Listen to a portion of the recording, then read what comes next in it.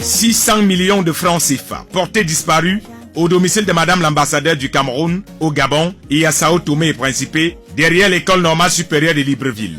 Et pourtant, il n'y a rien de normal dans cette histoire. C'est très facile de dire que c'est la femme des ménages qui a emménagé avec les 600 millions pour se dédouaner soi-même, qui était pourtant bien emballée dans les sacs banjok comme attendant que quelqu'un vienne les chercher pour les amener ailleurs. Nous sommes bel et bien dans un domicile privé et l'on pourrait se poser la question de savoir que cherche l'argent de la diplomatie dans la chambre de Madame Ondoa. Aurait-elle elle-même eu l'intention de créer chez elle une banque des affaires des femmes de ménage? Ces dernières se seraient-elles servies sans ABI de Madame Ngoto Zamédite Félix Noël, épouse Ondoa?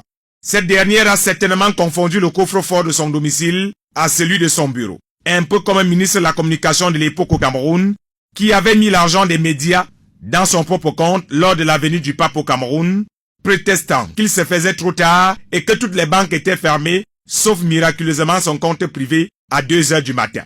600 millions de francs CFA, un argent qui pourrait construire plusieurs écoles au Cameroun, et donc actuellement dans les poches arrondies d'une femme de ménage. Un curieux vol qui ressemble à quelqu'un qui a dit « Avance-toi à Saint-Tropez et je te retrouverai pour qu'on aille ensemble au paradis fiscal sans mourir d'abord ». Qui n'aimerait donc pas être aujourd'hui la femme de ménage de Madame l'ambassadeur du Cameroun au Gabon, qui, à travers ce document, tente une explication qui ne pourrait pas la convaincre elle-même. Un peu comme dans nos villages, lorsqu'il y a un deuil à problème, tout le monde essaie de pleurer à côté du voisin pour qu'il ne soit pas soupçonné. La femme de ménage n'aurait donc pas pu disparaître comme ça sans laisser de traces. Elle aurait même réussi à tromper même la vigilance des caméras de surveillance.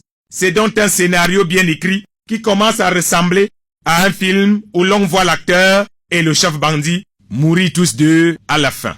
À suivre. Cap, la jungle.